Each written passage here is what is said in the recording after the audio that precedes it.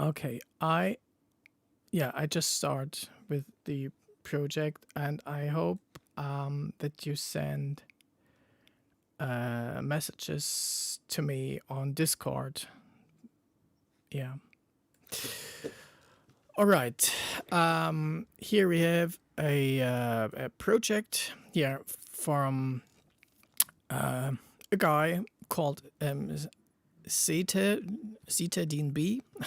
He's one of our patrons, and yeah, it is a remix from a Black Sun Empire tune.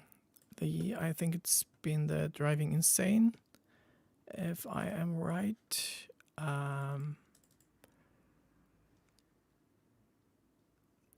Yeah, Driving Insane, Black Sun Empire. Okay, let me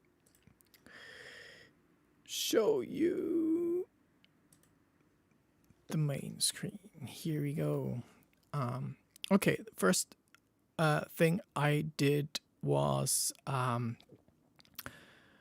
just colored all the tracks to have a better overview about what I am doing, and cutting a few silent areas, and it's just to make to not having too much noise for the eyes. And what took me some time before starting the stream. That's also the reason why I am not as good prepared as I wanted to be. I had to split kick and snare sete. I told you guys to please split up kick and snare, because I need two different tracks, not both on one track. Of course, for the sidechaining, and also for sound mixing. I don't know how you mix your drums, but we split up almost everything. So, and of course, we group things together as well. So let's start with a few buses. Let's add a few group channels, like let's use, come on, okay, add track 10 group channels. Okay, so we normally have a few kick layers, and they all get routed into a BD group, and the snare, of course, to a SD group. Okay, let's route that. That's the boring part. Snare drum. All right, so then we have a hi-hats and cymbals. Sometimes we split them into hi-hats and a separate cymbal group because of different release times. But here we have some things grouped into one track, so it makes no sense to split it here in the bus. Okay, so we have all bass, of course. We have all drums, and we use a pad and lead group, and one for FX is not necessary because we have just one FX bus here. And let's I don't know if we need any more groups, but we need a group. I call it main bus. We from Neonlight, we call it always Philippans. That's a stupid German name. So it's in every project, the main bus. I'm gonna explain you why we use that.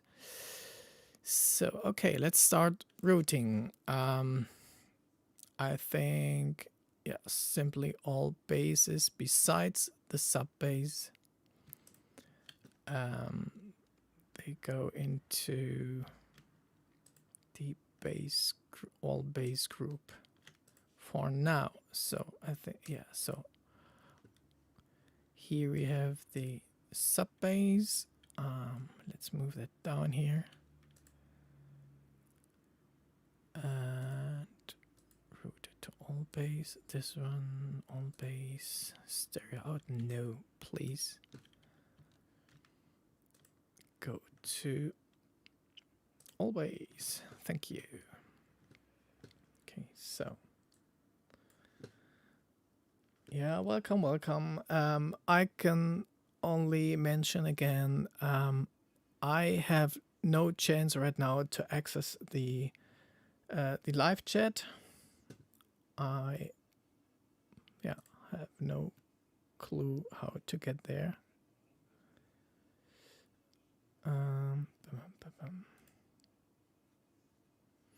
No.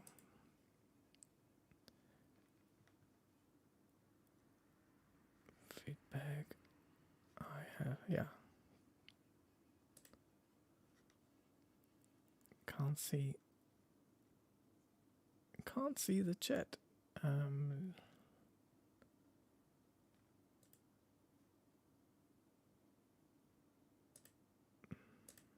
Yeah. Okay. Yeah. No changes. It's just the blank window. All right. Yeah. And again, if you have any questions, and you are a Discord user, you can go to our server or send a private message. I think messages on the server are better for all users. Let's use the just the general, or the patrons the patrons are channel is probably the best. Yeah.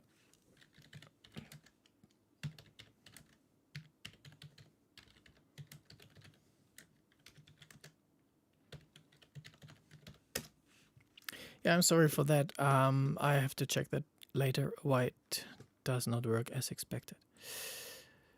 Okay. So, yeah, the first simple routings, I don't make it more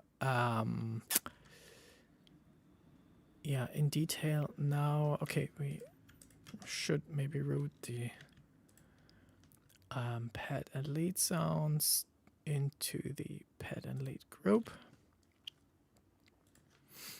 Okay, so all drums, no, of course. Hi-hats go to hi-hats and cymbals. Drum layers, I'm gonna send it to all drums. Cymbals go to hi-hats and cymbals. A few more percussions go into all drums. So, and kick, snare are ready. Intro drums. All drums. So, do we have all? Not the hats. Okay, yeah, the hi-hats group. It has to be routed into all drums as well, and not so bass drum and snare drum. They go straight stereo out. I tell you later why. So all drums should activate, yes, all besides kick and snare. That's fine. Yeah, another thing, it's just for my personal workflow, we always have the drums on top of the screen. Here in this project, we also have a few send channels. I muted the, that's one of the, yeah, the parallel compression for the drums. I muted this one. We don't need that for now here in the project.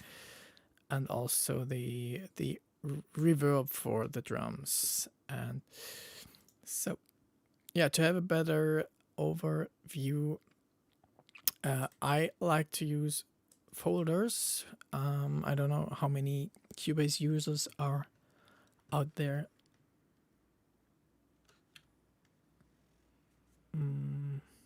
So one question here.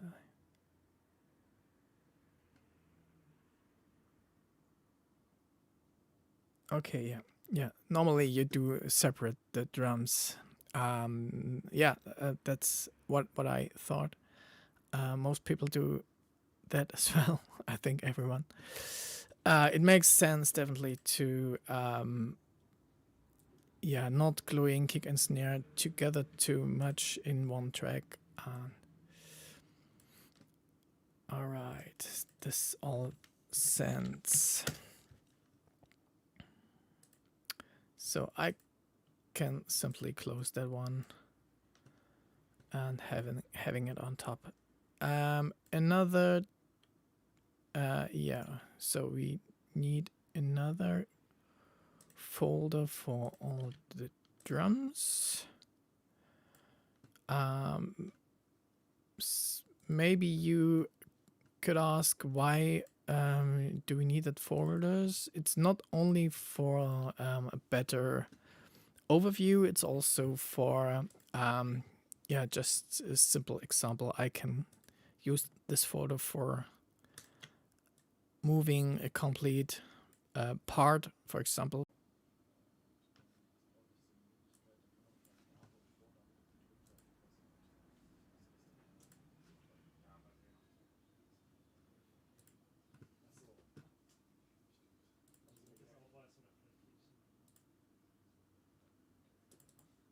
Hello, hello, hello.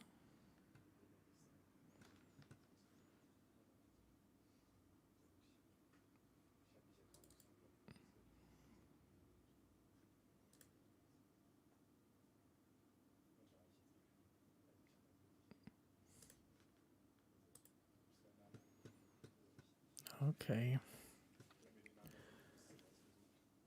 That's not my day.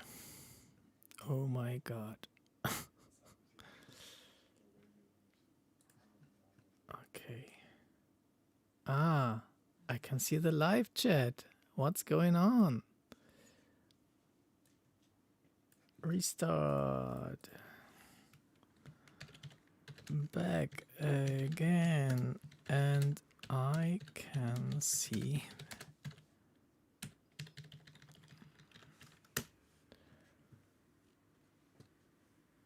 Yeah. Makes so much more fun to see you guys. All right, but yeah, I have to restart now. Yeah, I'm again sorry for the PC crashed. I had a blue screen, and the system tells me right now here that I have errors on my system drive. I don't know. Doesn't sound so good. Yeah. Okay. Once more. Yeah. Folders. Add track. I'm out of concept now. I first have to get yeah, back to where I have been. Okay, I think I have to add the group first, the groups, but maybe not all the groups. I I go just for the most important now. So let's focus on, where are the groups now? Up here, no way. Okay. So I think, yeah, so many peeps out there. So everybody has his own structure in a project, and I always recommend that you have your structure, any structure, and your workflow. Just because, yeah, if you have good ideas and you want to work on your track, write the tune, make cool stuff, then you want to work fast. You have an idea and you want to instantly bring it into the machine. And if you all have to scroll through your project and you have to search, where is it? Where is this element I want to work on, or I want to mix, or I want to solo or mute or whatever. That's pretty annoying, and it you start losing your idea, or maybe the core from your idea. So your workflow stacks, and you can't create your idea, and that's shit. All drums, yeah, my spelling.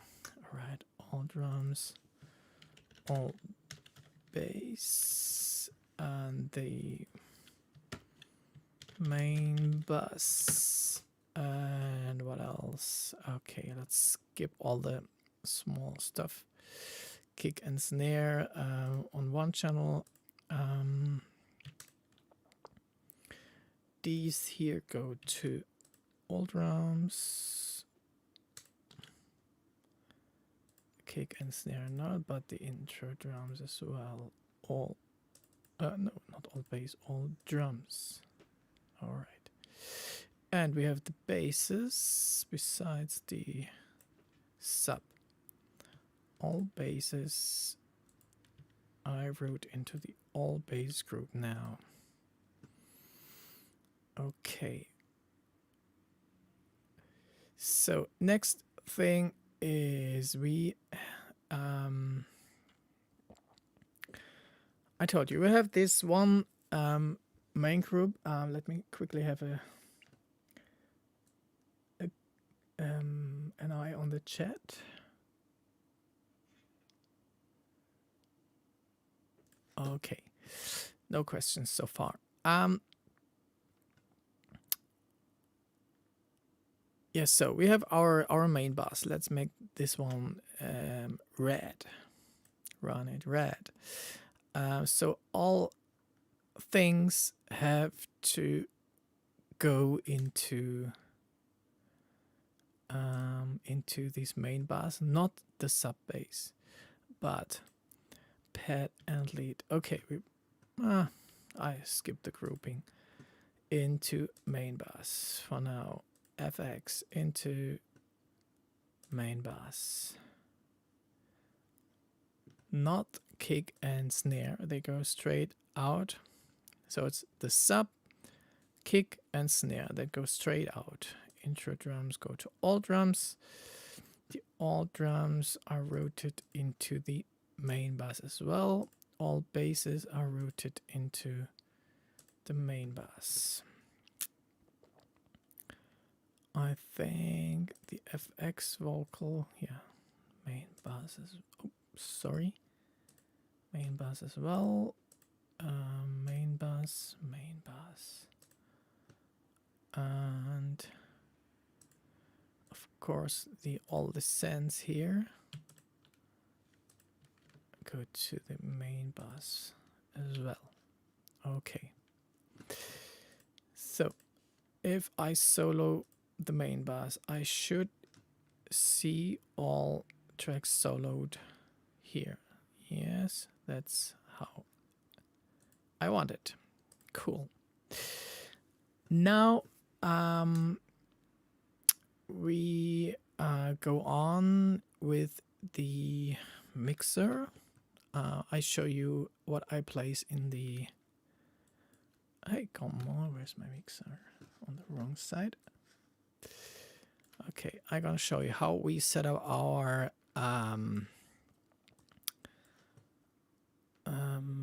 the stereo out. So as you can see, we have the main bus, which is just a normal group called in Cubase, and in the in the master bus, let's call that one, or the stereo out is like the master bus. We have the first insert is a bus compressor.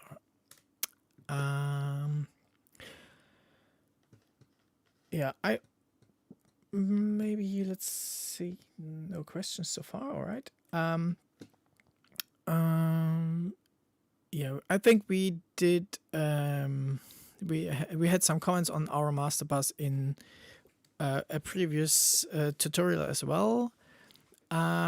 Because I always hear that people are not sure if they should place anything in the master bus or if they should go yeah, on -6 dB or something like this.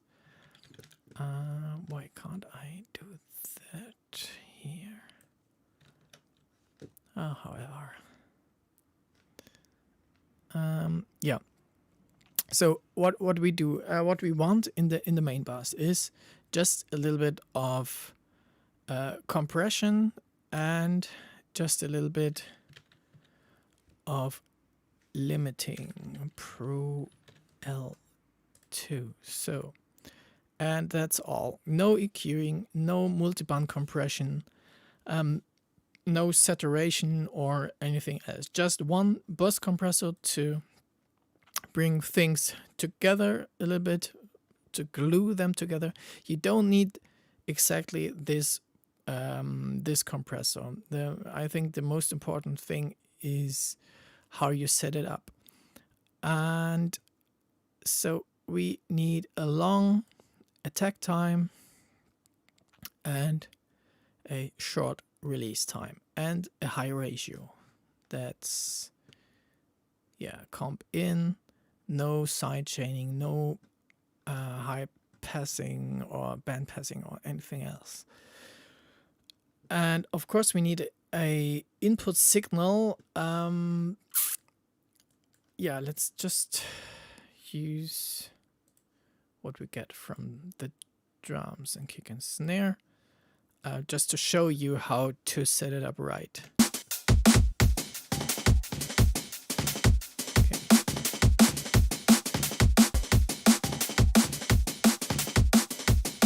Yeah, that's it. So the compression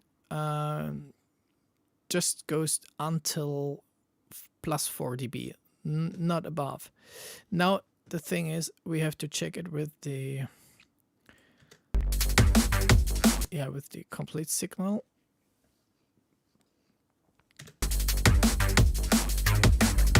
Okay, that's not how it should work. So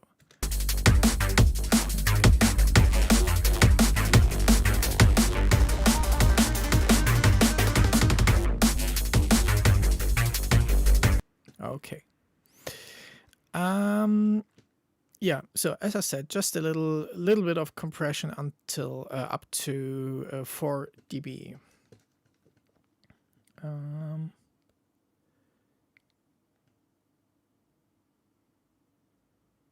Useful. Okay, nice tip from Freddy. Hallo nach Zürich, Nähe Zürich wohnt er. All right, if he still lives there in Zurich. And yeah, the second thing, the limiter. Just it's the just the default setting that works pretty well. It is more for safety. So if you check the limiter, it's almost the same as for the compressor, just -3 dB, just a little bit of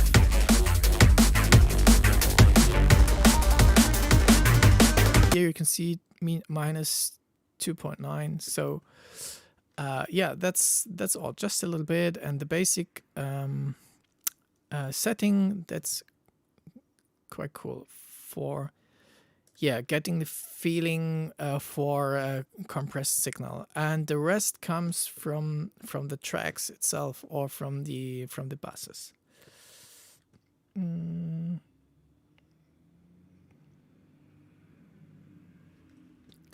The tracks are not in the right place.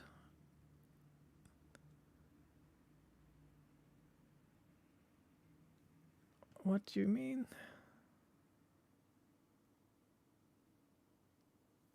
Okay, what sounds did you mean? Because I think I just used the bounces as they came.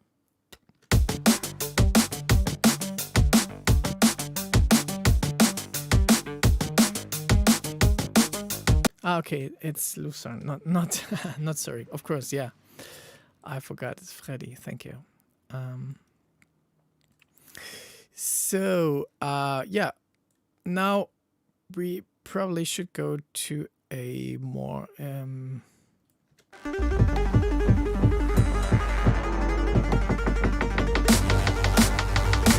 okay, that's not yeah, that's because I had to copy that stuff here.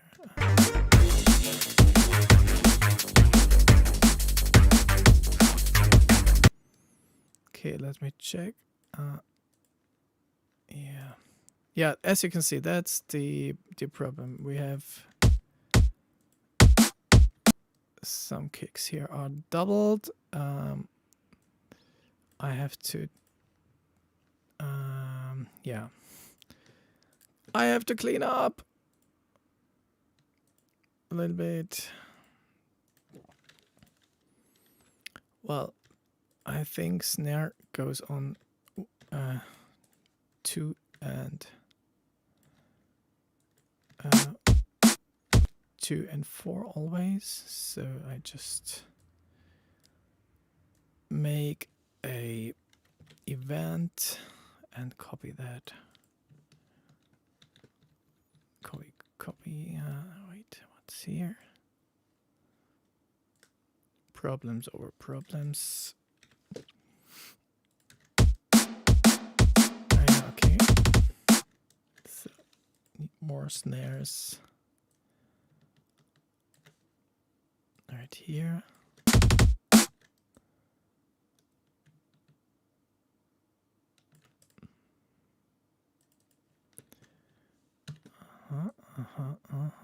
A double snare. Okay, just cleaning up. That looks good here. Okay, and from here, yeah.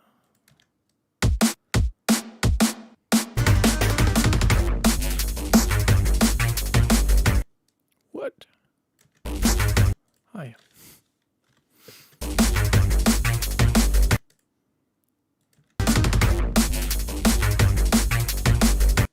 Give me back a kick.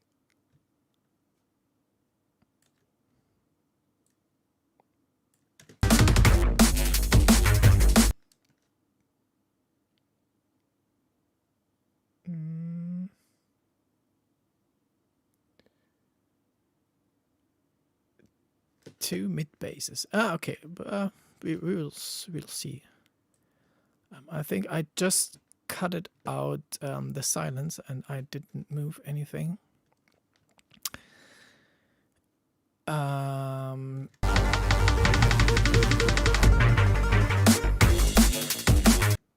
Okay, so one more folder for the basses, because it helps to mute and unmute them completely.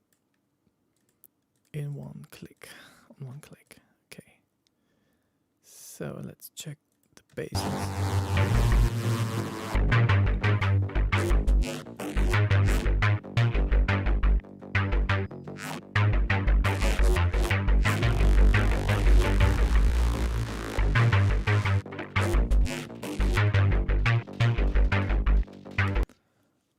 Okay.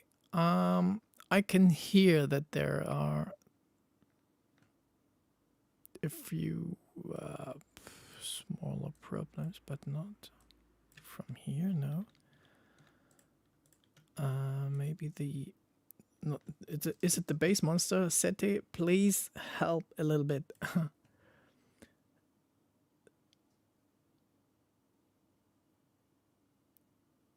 The don't go samples. The don't you samples. Go.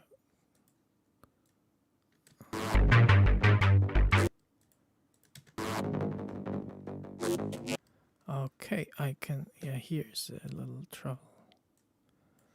Oh, yeah. Chaos.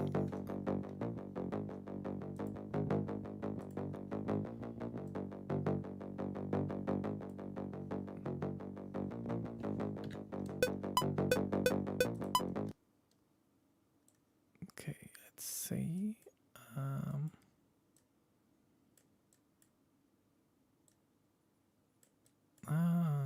Okay, what happened here?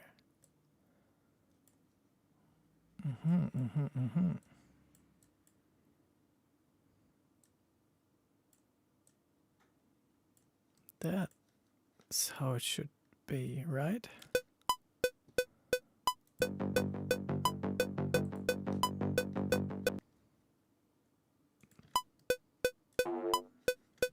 Okay.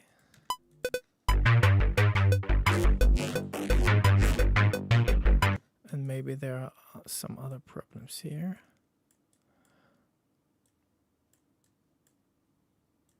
Interesting, interesting.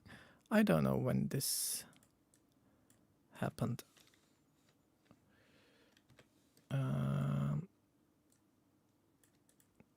Yeah, so preparation is everything. Okay, let's do it completely new. So all my cleaning up was for nothing. This one works as expected. This is on the right place as well. Yeah, that's how things can happen.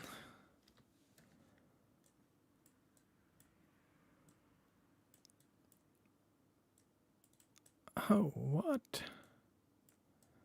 Okay, so interesting.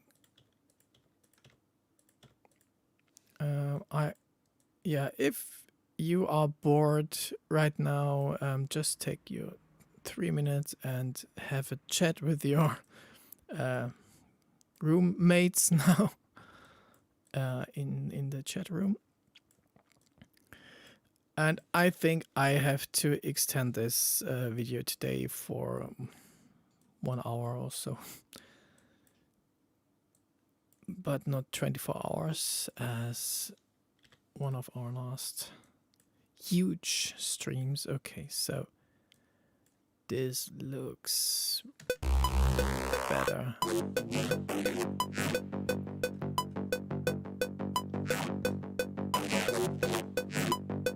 Okay, so, and we want to have a sub as well.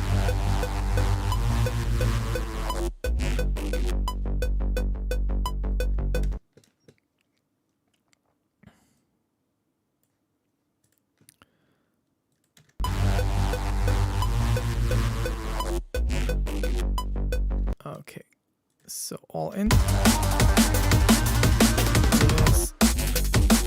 Yes. That makes sense. Okay, what we have here. Okay. A little fart. Okay. Yeah, well, but sometimes you need little farts, to be honest, on the one, or yeah, there are a few points in the arrangement where you could use this one. Okay, what I saw when flipping through the project was the sub. So there's the first thing. I also, maybe you can hear that as well, a few clicks. Yeah, that's basically not a big problem, because I think the sub sometimes it's from the side chaining, but it's also a yeah, here you can hear that the side chaining is working pretty heavy. So if the attack time is too short, for example, then you get the clicks. Yeah. Okay. And let's have a look on our span. Okay, so we have two yeah, more or less big resonances here. I'm not sure if that is yeah, that could make a problem when I listen to the rest of the bass and have a view on that.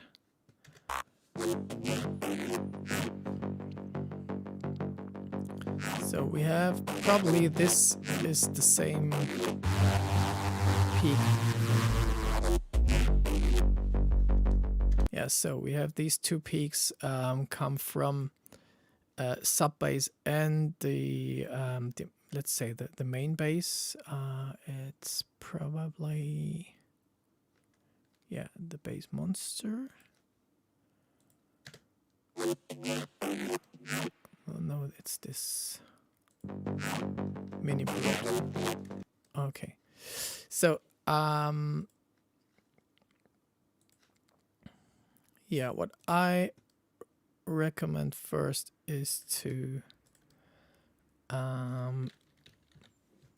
cut the sub bass a little bit.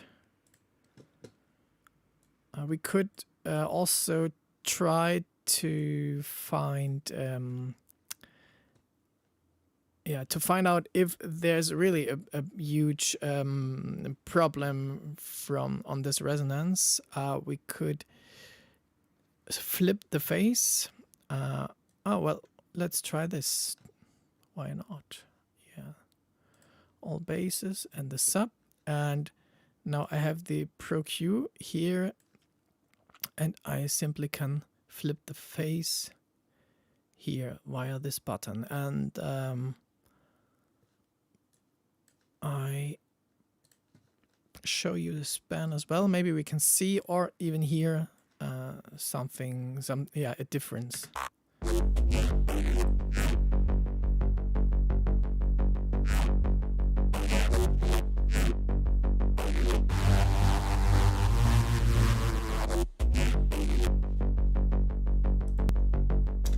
Okay, I think when I flip the phase, the resonances or the sub comes up a little better.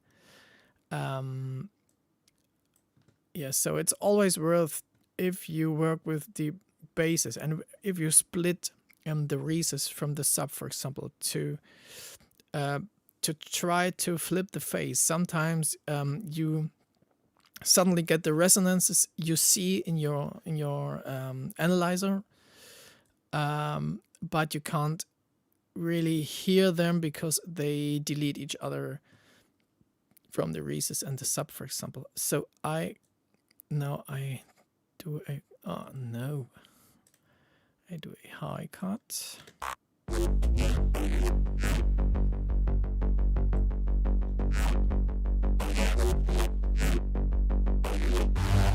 Yeah, so let me show you. I copy to B and I move this one up so you can hear the difference a little better. Let me have an eye on the chat.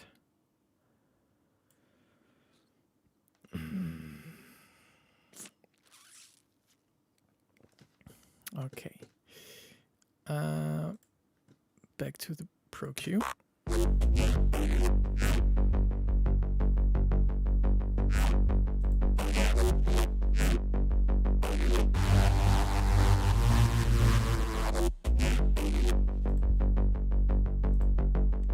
Yeah, do you hear that? I think it sounds more way more cleaned up in the low end when I cut the sub here, so the sub gets more weight in my opinion.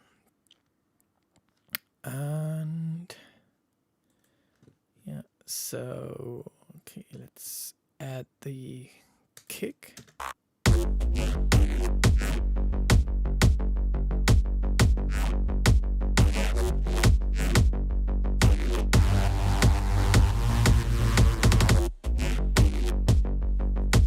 Okay, and I think the sub bass is yeah, as we can see here, the sub bass is already sidechained. Anyway, I add a sidechain compressor. No, just yeah. For that, I use, or we quite often use, just simply the Cubase internal compressor. So we switch on the sidechaining here. We take a high ratio, and we take we use a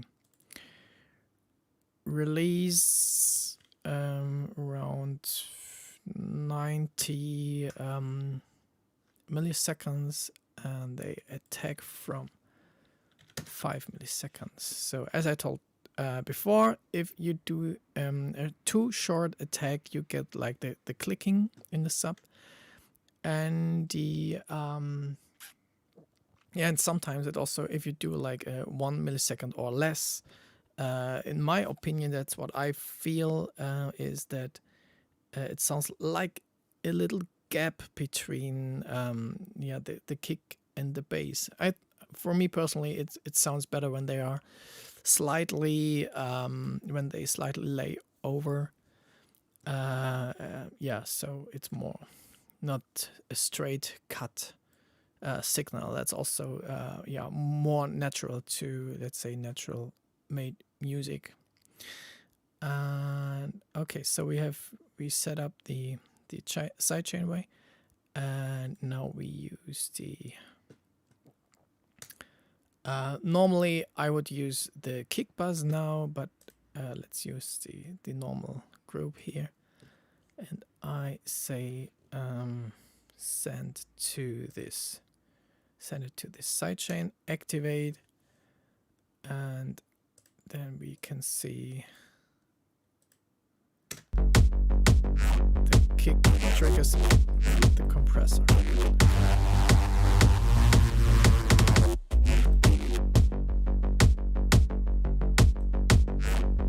Okay, and there's one other interesting parameter here, or another setting. It's let's say a special setting from the Steinberg compressor in Cubase, that you can go for RMS analysis or peak analysis. What does it mean? So if you go for peak, the compressor works, let's say, faster and more precisely on the signal, and the RMS, he's a little bit slower and maybe a little bit more musical, but that's not the best setting for yeah, for input signal with let's say huge transients, and that's what the kick is. It has a big impact, big and short impact, and only the peak should, or more or less only the peak should trigger the compressor, not so much the average of the kick volume, because that would mean that the compressor releases later, sometimes much later than after the impact than we wanted.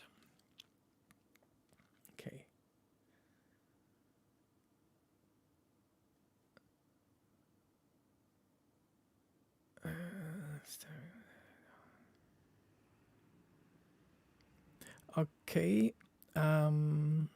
Yeah. So you Sete, he explained why he used the sub like he did with the resonance. It sounded more analog to him.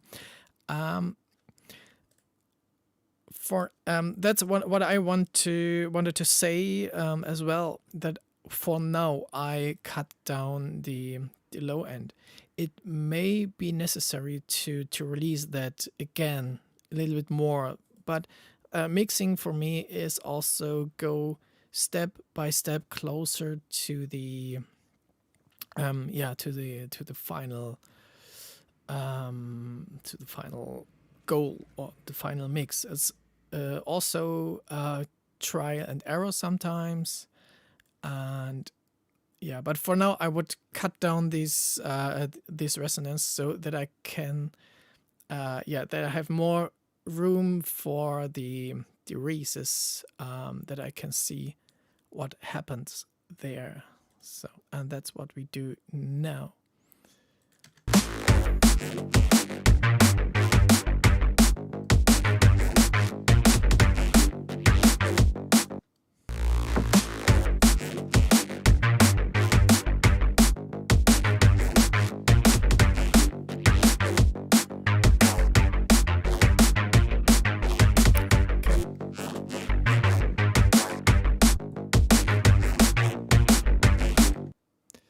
So we have a doubled track.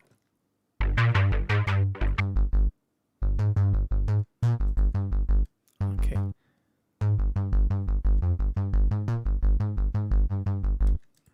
And the layer.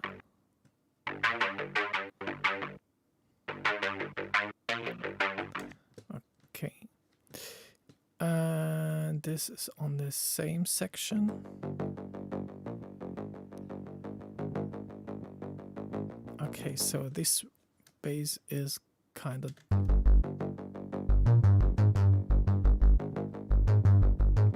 doubled.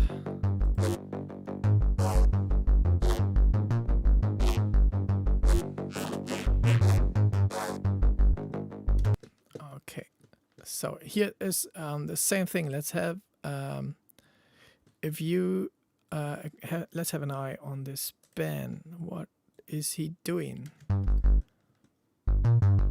Okay, so this one goes into the sub region as well. Yeah, so what happens if I switch on the sub as well? So that a few notes that come together, so the same note in this mini brute bass and the sub bass, they come together, and so they sum up, and so they can be heard louder.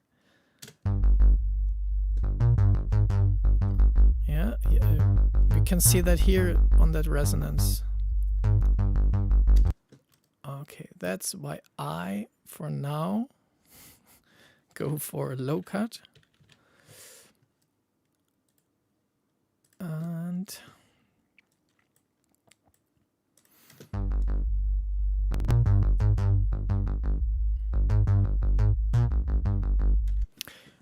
And I go for a multiband compressor, because there are a few notes played in one octave up. So these notes here are have more intensity than the low ones. And when I use the Pro MB, I compress only the low end of the bass. Maybe we do that before we cut. I think that's the better option.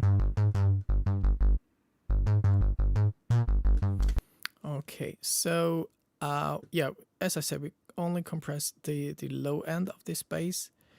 We have a range of -6 dB. That looks nice. Attack and release times are set quite well too.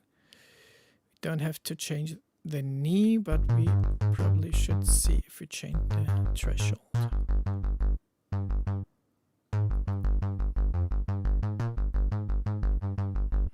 Okay, maybe shorter relays. Yeah.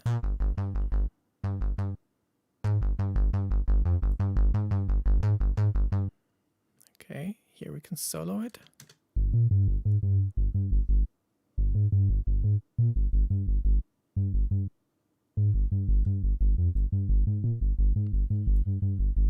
So, okay, so I think it's all right. Now the high notes and the low notes have come better together, so they have more or less the same intensity. And now,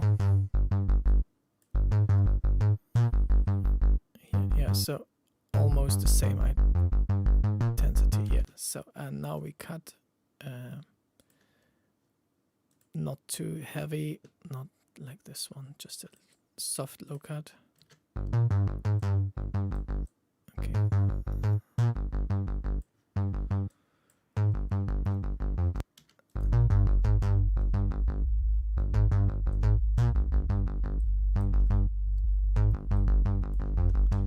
Okay.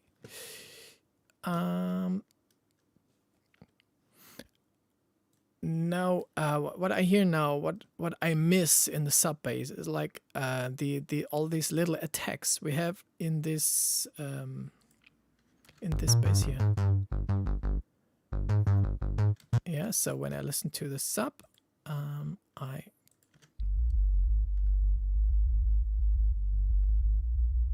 yes, there is something like an attack.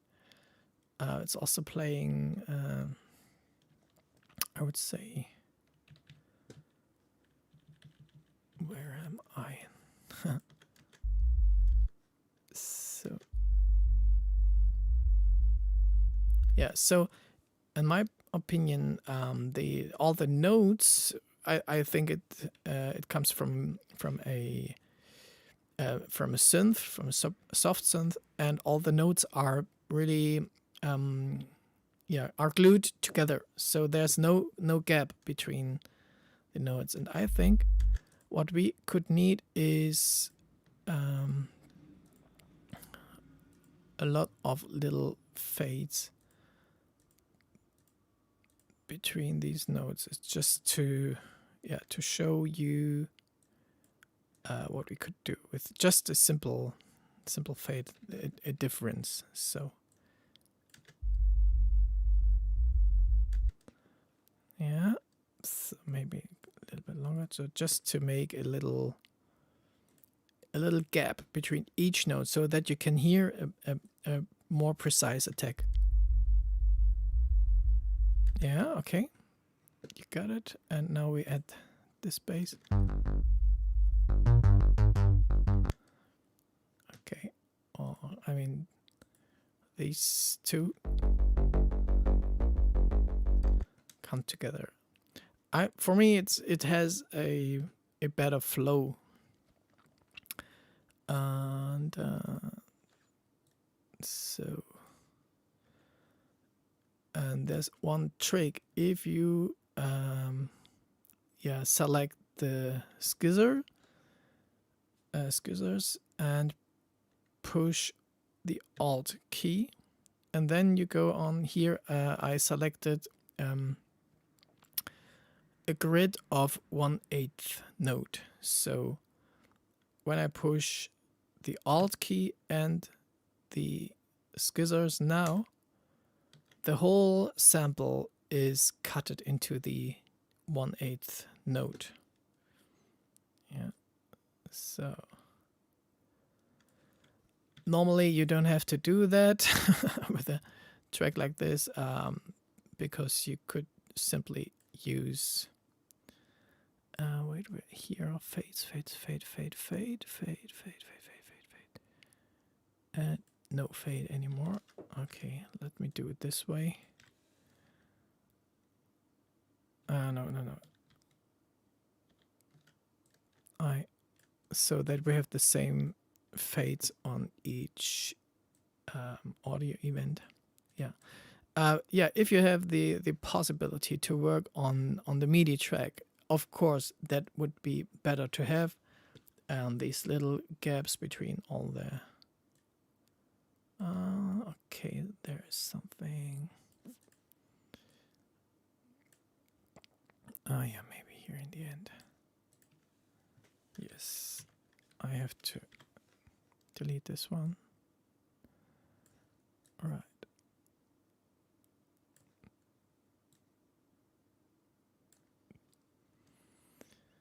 So now we get the same, yeah, attack on each, the same gap after each note. All right, so it's now everywhere, I hope. Wait. Yeah, so everywhere the same. Okay.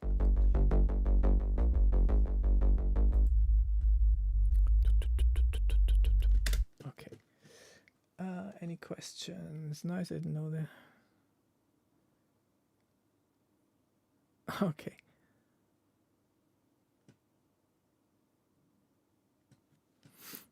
Okay.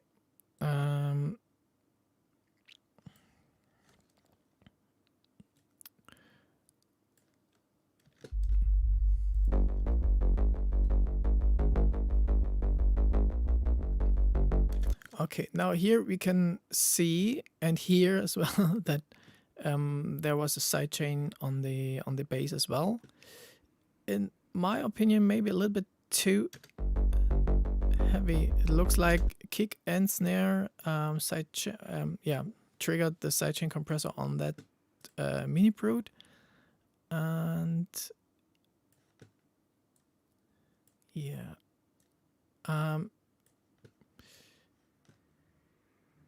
So why yeah, why did I say maybe a little bit too heavy? Because all these little notes here, they stick out yeah, a little bit too much. But I have to say that the track was has been bounced with a whole sidechain setting, so it I don't want to say that it's bad or so. It's just right now it feels a little bit too heavy. Yeah, when I look on the levels here, it's quite low, and here it comes up just these 3, 4. Yeah, so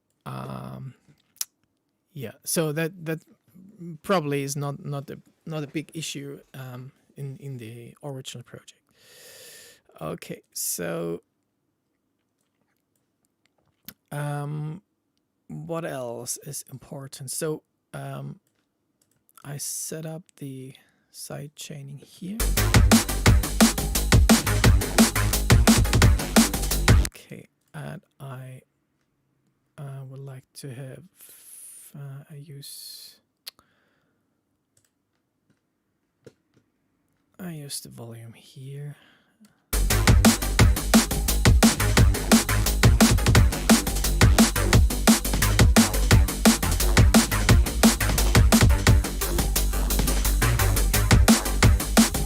So when we look at the levels of the top end and the low end, it should be almost on the same level. So when I look at this now,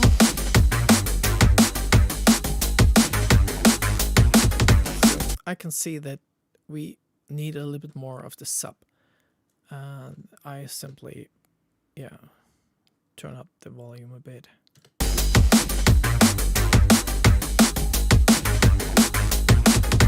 Yeah, coming closer. That should be enough for now. All right. So, let's look.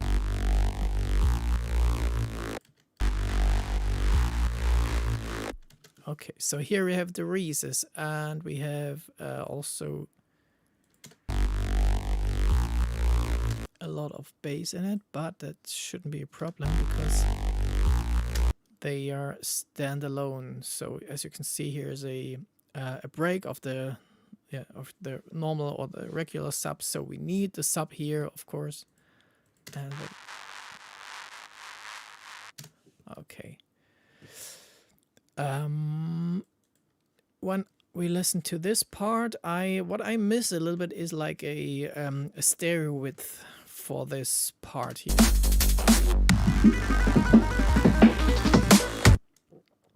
Yeah, so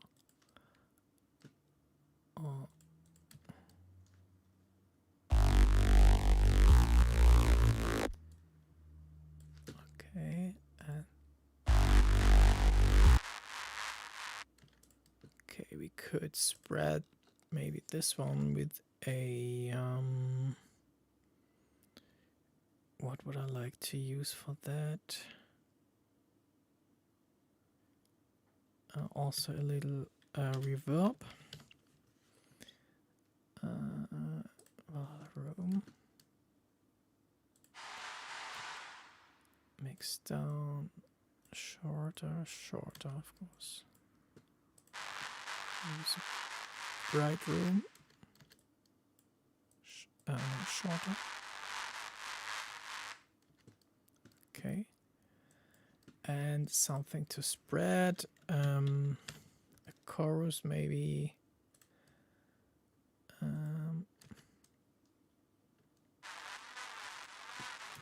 But not so flangy.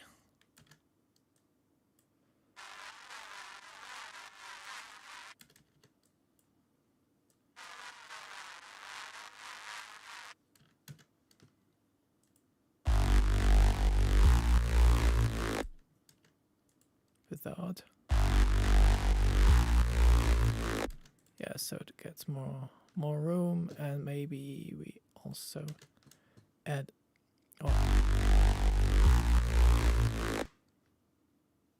yeah, a little more volume from that layer.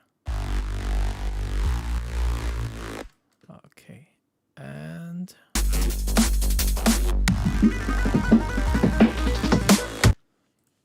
okay, so this is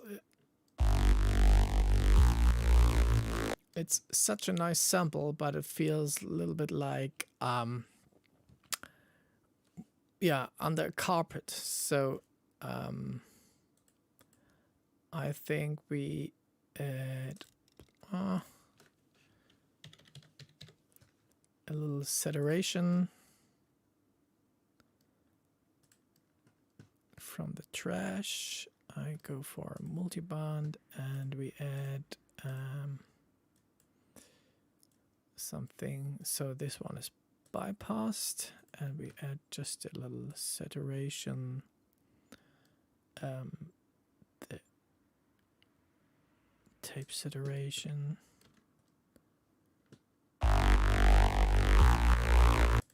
Same here.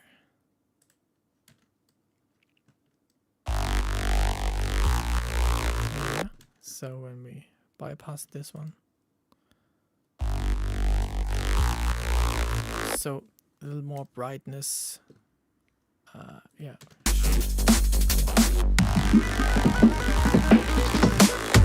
Okay.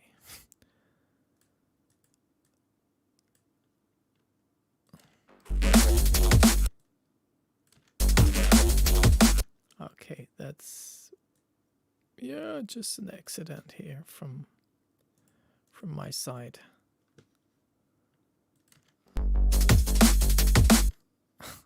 I don't know how I did this. Cool. No, cool is not the right word.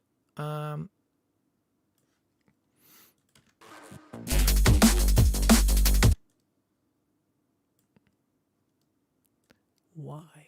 No, that's fine. Okay, here's the problem.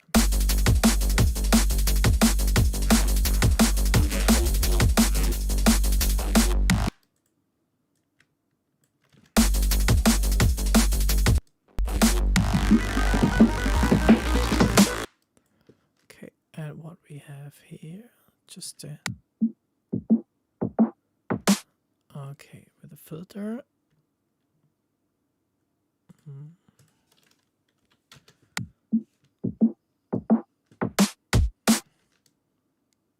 Okay, I have an eye on the chat again. Okay, nothing new so far, and so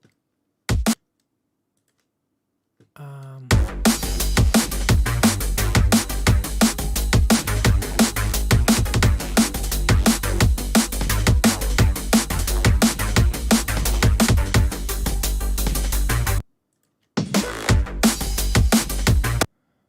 I think we have, yeah, the kick and snare double. That's not how it's supposed to be. But I guess we can simply, for now, we simply copy and paste what we have before.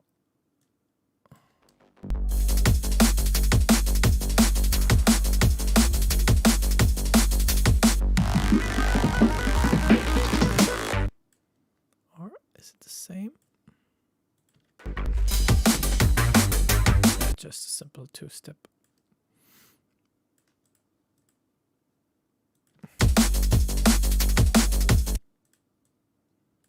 Let's take this part and move it there. All right.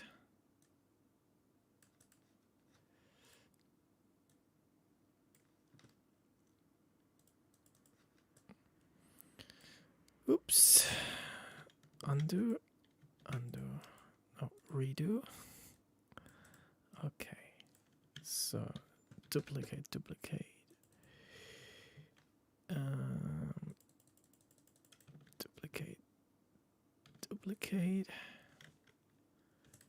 And I cut. Simply cut here and duplicate this. Okay.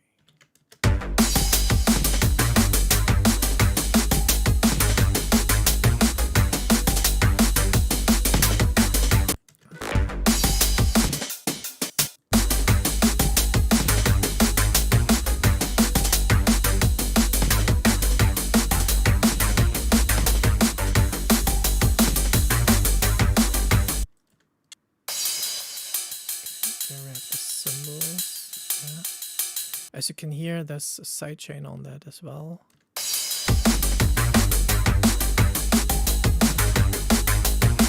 But it feels like just mono cymbals. Yeah, this also looks like mono cymbals. That's just maybe a matter of taste, but I prefer to have a little bit more of a stereo vibe on the cymbals, because when you have a normal drum set, it's also, you have a cymbal on the left side, you have a cymbal on the right side, you have the hi-hat from player's view, you have the hi-hat on the left side, and also in a mixing of a drum set, you have always a wide range stereo width for the drums. And so yeah, it's like why leaving it mono? It's like it's also if you stick too many things into the middle of a track, so from the stereo field into the middle of the track, you can get so you sum up transients there in the middle. If you spread things a little bit, you don't sum up the levels. That means in the end you can make it louder, and you don't have to compress or limit it so heavily, because yeah, the transients are on different places in the stereo field.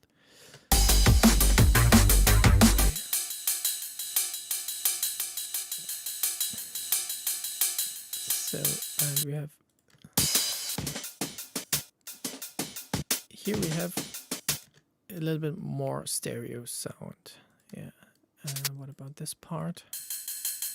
Okay, yeah, this one is mono as well. Okay, so the whole track seems to be mono at least. Okay, so yeah. And here we have the stereo.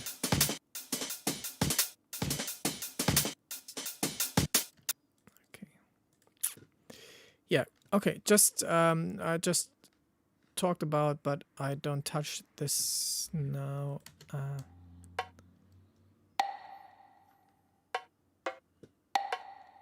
Okay, little percussions.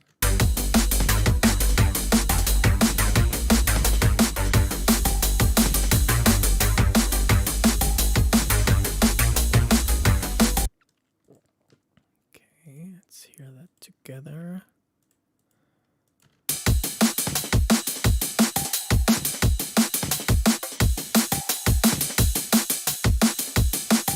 Okay.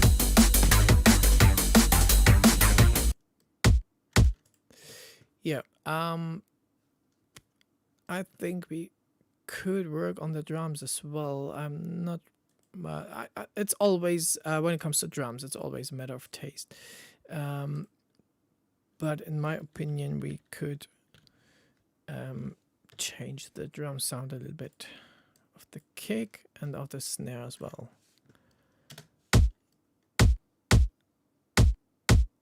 Okay, I go for a part and do a loop. Okay.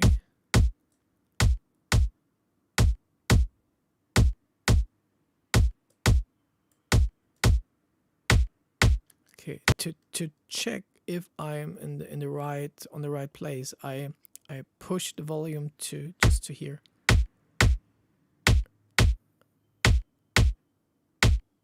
Okay. Do you hear the noise here? It comes is swapping up a little bit at the end of the sample. I can show you how it looks like in the exoscope. Okay.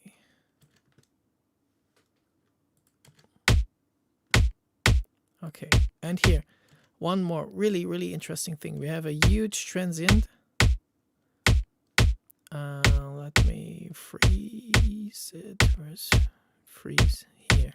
Okay, so we have a huge transient, and we have just that's let's say that's the useful signal, yeah. And of course, we want to keep transients in drum bass. They are also pretty important in the for mastering later. But so if there's a too big difference between the transient and the used signal, because our ear it doesn't hear so much from the transient, or it doesn't realize the huge volume. What's really more important for us and for music in general is the used signal. That's everything that comes after the transient. And what we can maybe it's pushed a little bit because of this band. Let me be fair. And unfreeze. Okay, so that was just from this band. Really interesting. So we get a huge peak from here. So we don't do that. Okay, but it was a good explanation for where we have to be aware of the transient and the used signal. I think we have an eye on that later as well. So okay, so and I would like to use a transient shaper as well. No, let's use the one from Neutron.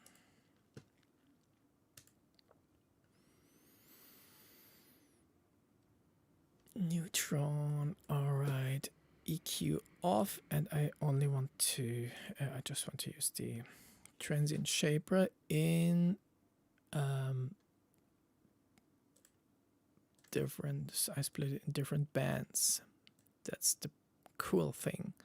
So here in this transient shaper, I can change the attack and the sustain separately for each band. So for example, if I just listen to the low end and I turn down this sustain, I get a shorter attack. Now it comes up more, but I don't want that. I think for now it's probably okay. What I would like to change is the sustain here. Yeah, so just a little bit.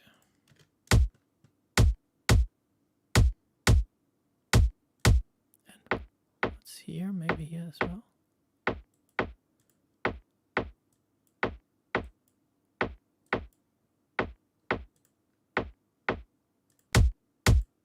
Okay, I switched it off, sorry. And this one is too short now. Okay, now hear the difference.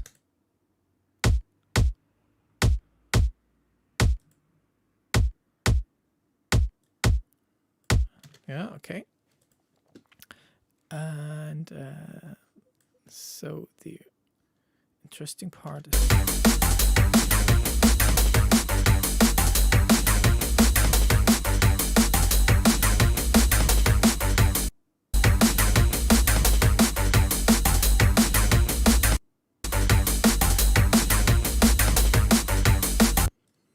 okay.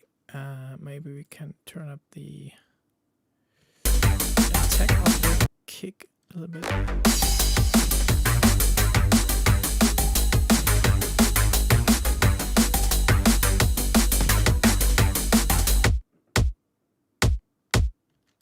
Yeah.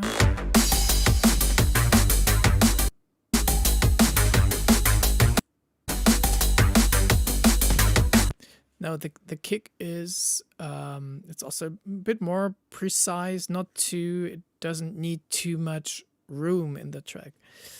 And that's what I feel for now, because we have all the 1/8 notes from the bass is dun dun dun dun dun dun dun dun dun, and so on. And yeah, so we could also use a, let's say, a short and snappier kick.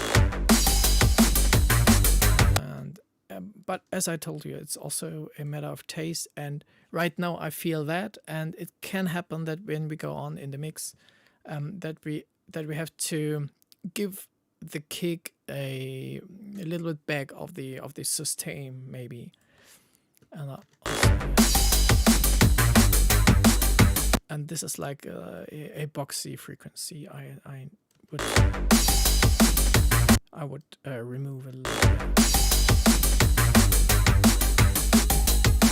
And that's also pretty interesting. It as I said, the kick takes so much room now, and maybe it's worth to try things like that, to see what happens, to hear if the arrangement feels like more open, for example, or if the kick loses too much energy.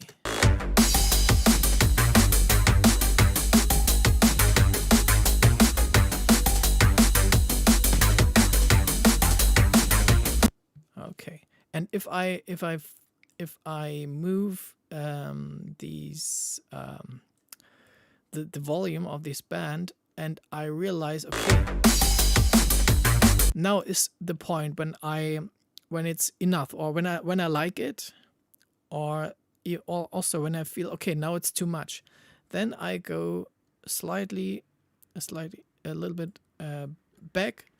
It's the same when I turn down or turn up the volume, or when I have a low cut or a high cut, for example, and I move these bands. If you say, okay, now it sounds cool, then go back just a few little steps, and then it's fine.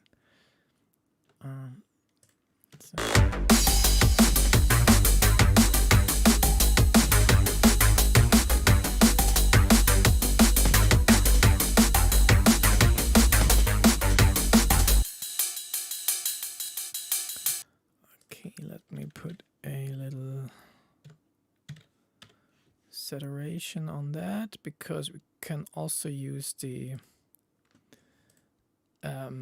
Saturn or every saturation to warm tape sounds might work. Okay. We can use that to flatten down the transients a little bit as well. So that's what I would like to do here. I know that there's the sidechaining working.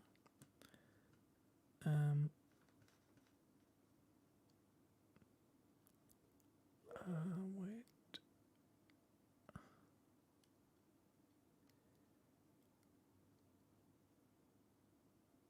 Okay, so Sete is deaf on the left side. That's tough, mate. But yeah, I'm not jealous on that, and it's I don't know how to say.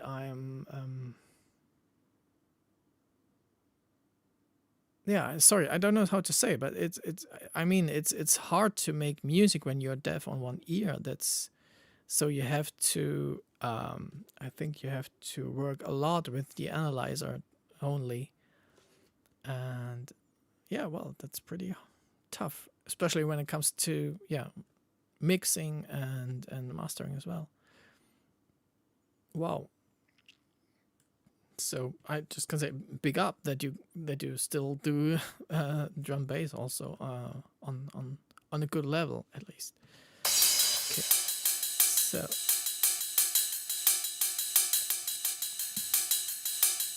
okay, and we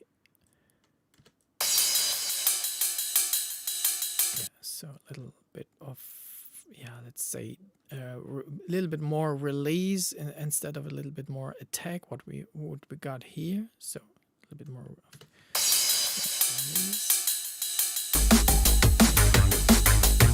and we have to turn down the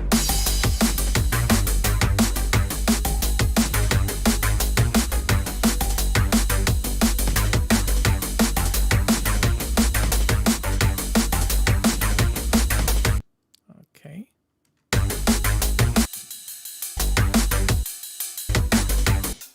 Okay. On the right track. Okay. So sorry, was confused. So yeah, what?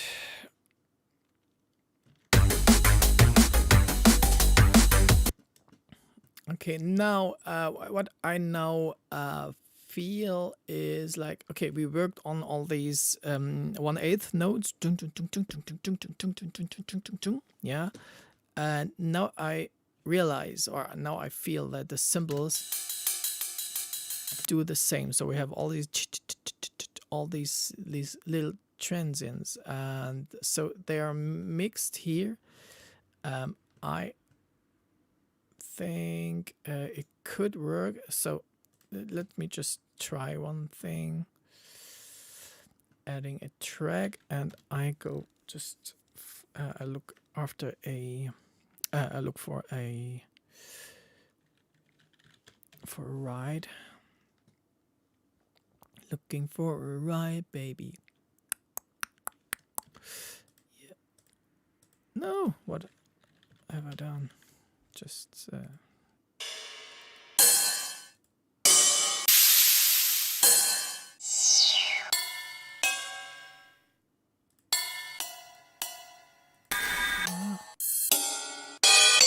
not that.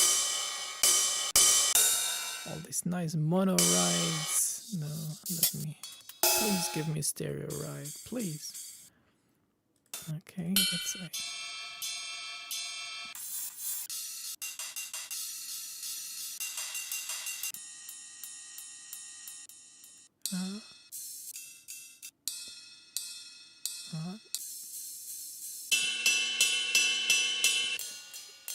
Okay, let's.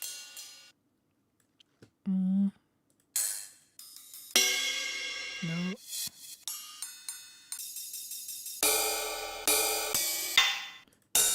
Please, just one sweet ride. Not all these ugly sounds. Okay, let me take this one.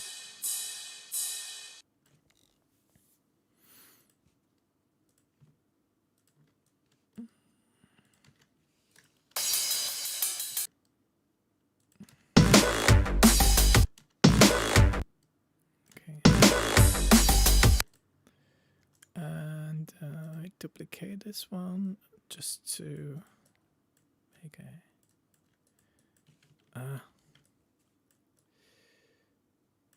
alright, and one more duplicate, okay.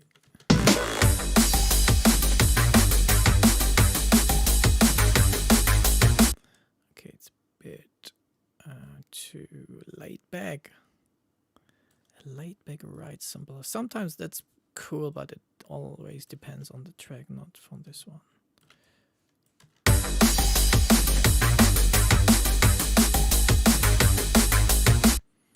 Also, yeah, it's not the perfect ride. It's a bit too washy, or yeah, well, it's also loud now, and maybe a little bit too stereo spread.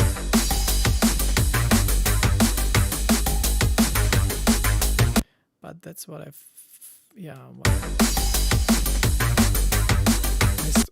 that we only have these, not only this 8th note, it's just a 4 on the floor. Right.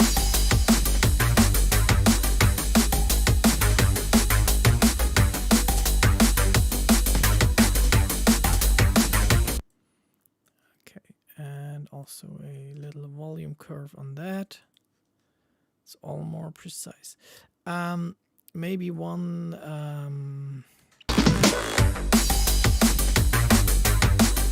Yeah, that sounds better. One more thing. Why do I shorten all these tails for the bass, for this, for kick and snare and the ride? When we go for mastering. And yeah, the final stage of mixing. So volume is what matters. And if we squeeze out the volume from so many tracks, so all these tails come up heavily sometimes.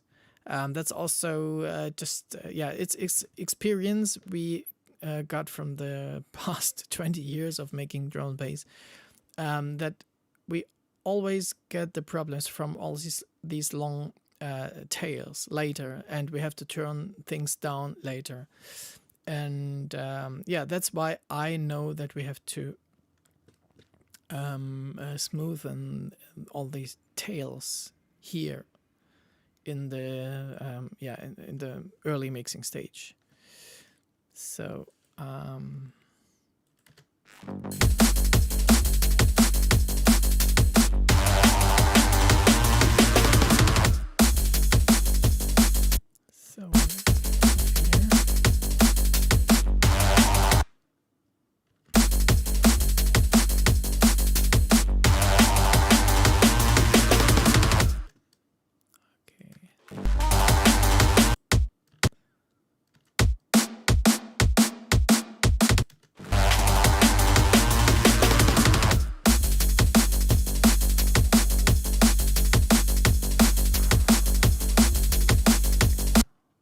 why do I miss so many things?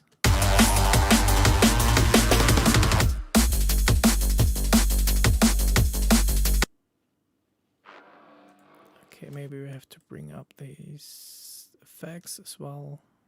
So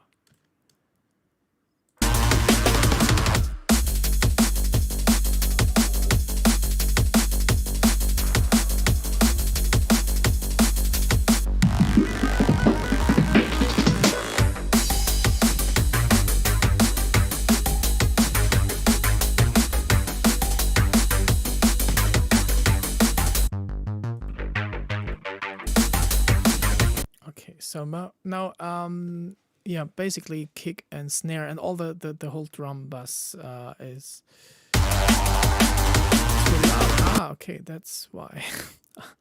Was the mistake.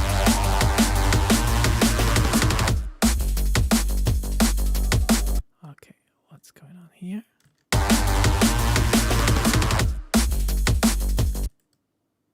Why? Okay, late.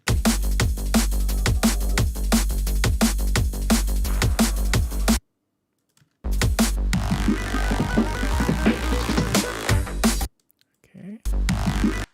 So here is a click. Do you hear that? I think it's from, yeah,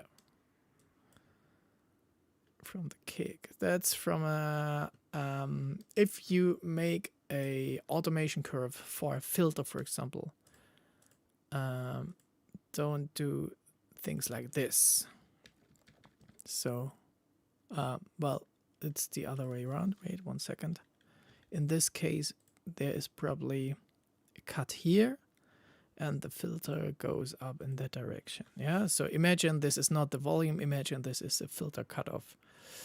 And then we have, because every filter needs a certain amount of time to react on the automation. And if you do things like that, or even worse, that you always get these clicks.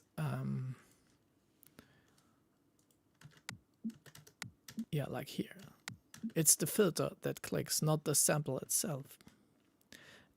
So I recommend, if you have the room here, do like a curve like this before a filter ride. Yeah, so I can't see how many milliseconds. Yeah, so something like this, to give the filter a little time to react on this.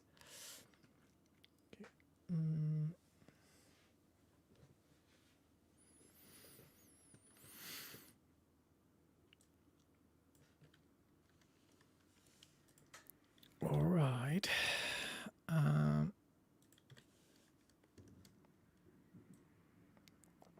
So what else can we do? Let's have a look. Let's go back to the basses again.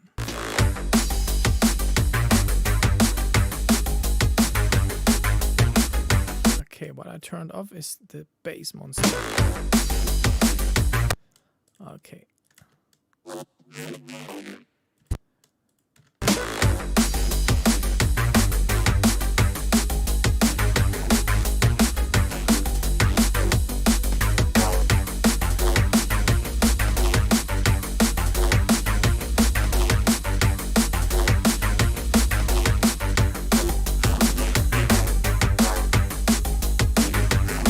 Yeah, that's also, this is sort of a bass who is way too mono. This is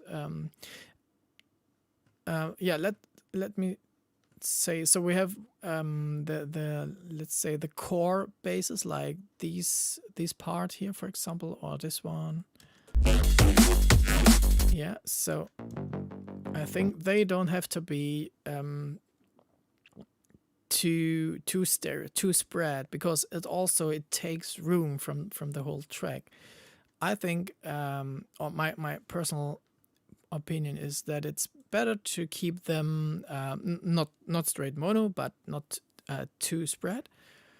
But if you use these short, let's say, yeah, bass snippets or short bass interludes,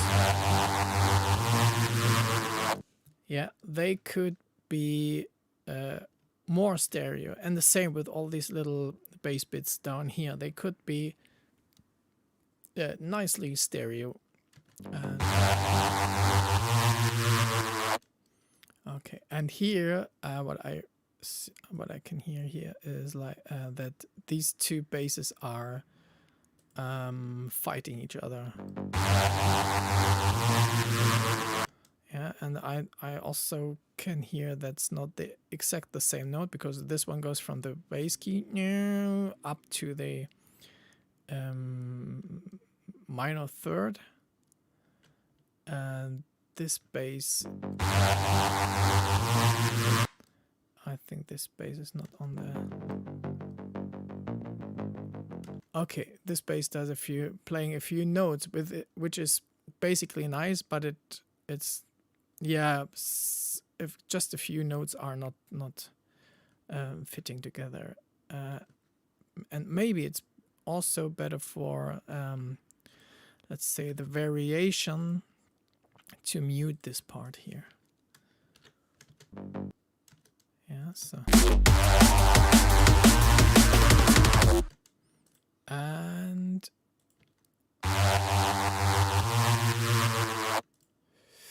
yeah, and maybe the sub bass too.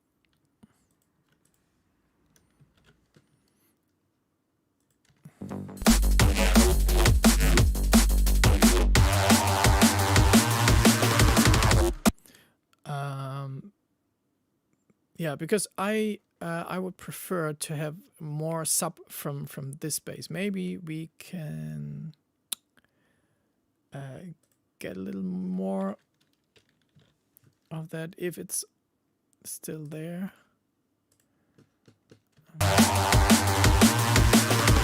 Okay, that doesn't look so good. I would recommend to add a separate sub for this part, just playing the two notes, and then we have to find the right pitch.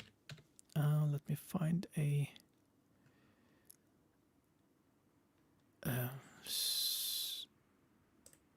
maybe this one, just a simple sub. Dum. Hello, please load. Thank you. Okay, add track, please.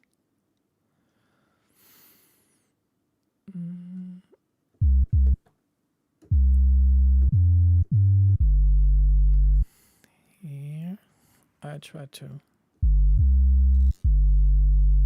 It's in G and goes up to B flat, and then we have a pitch down in the end.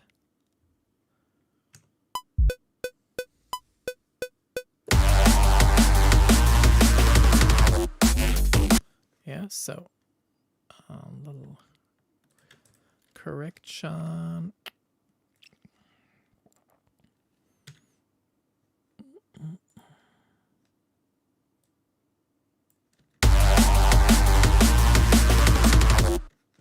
Yeah, works.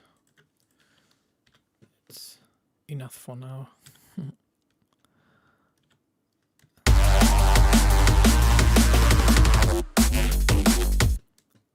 Maybe we...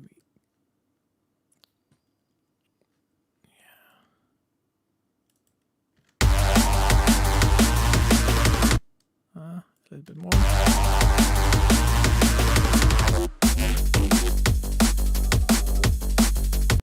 Okay.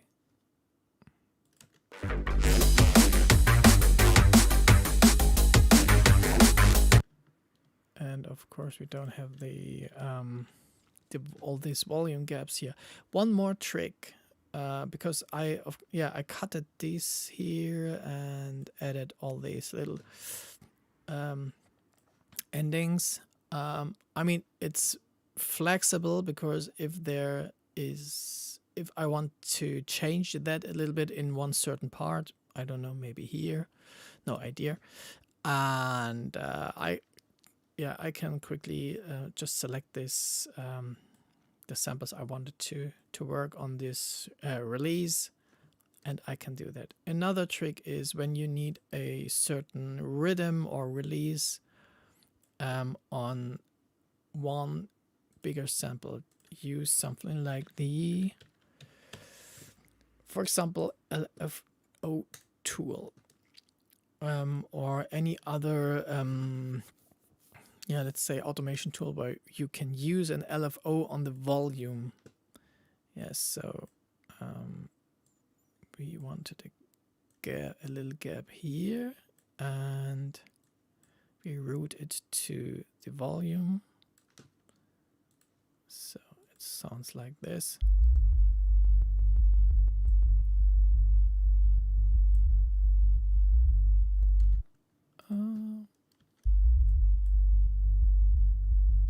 Okay, it's on 8th, notes. We want to go for the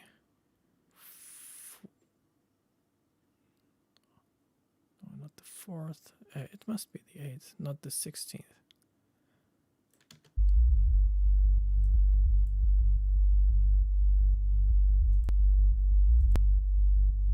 Okay. Doesn't work as I want it to work. Split is on. Okay, that was the reason. Okay. Yeah, so that's... And you can hear the click. It's also from the heavy automation in the sub frequencies.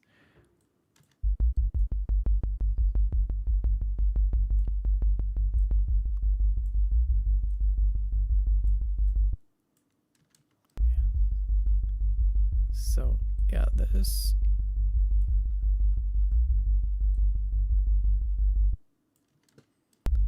is more or less exactly what we did here in this part.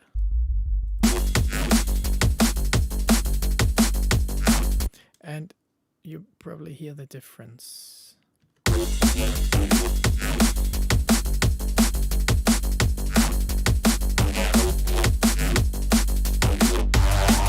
Yeah, it feels like a standing wave in the low, and like a, yeah, I don't know, like a carpet or something. And now it's more it supports the rhythm of the bass of the track. Yeah.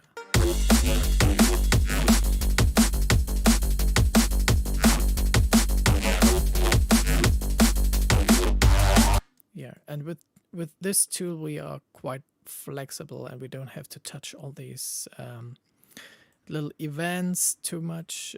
We can simply try something here, and we say, ah, no, we don't like it, and move on the dots.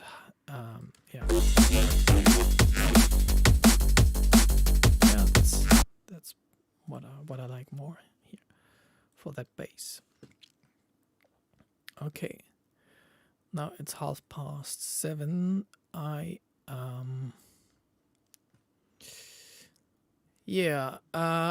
I did not came to the point I wanted to come, but yeah, I hope you learned a few things. Also, prepare your streams if you do so way better than Neonlight, because it's yeah, really a shame if CPU crashes, if the link doesn't work, if yeah, you moved audio events to the wrong place accidentally. Yeah. And of course, it's just the first glance into mixing of a project. And as I told during the stream, that mixing is like, it's a process. It's not like that you set, for example, you set a volume, you set an EQ for an element, for a track, and then it's done. It is definitely not, because the whole mix changes wherever you put your hands on. And then you have to adjust levels again. You have to adjust EQs again, and yeah. So yeah, that's the let's say the biggest message that I can tell you now. And yeah, maybe it's a good idea to go on with that project in a later stream. Yeah, just to see where we can go with it. Yeah, as I said, it's like I just checked all the stems just 1 hour before I started the stream. So it's always interesting what you get, and it's always, yeah, so much little things you have to set up first to get an idea of the track, and to see what works good together, and what needs more treatment. Yeah. So So yeah, thank you guys for watching. And as I said, if you have any questions, you can drop them below the video. You can send us messages on Patreon. You can send us messages on Discord. And yeah, thank you. And now it's time for a break of the year, and I will be here. Yeah, greetings from Toby, by the way.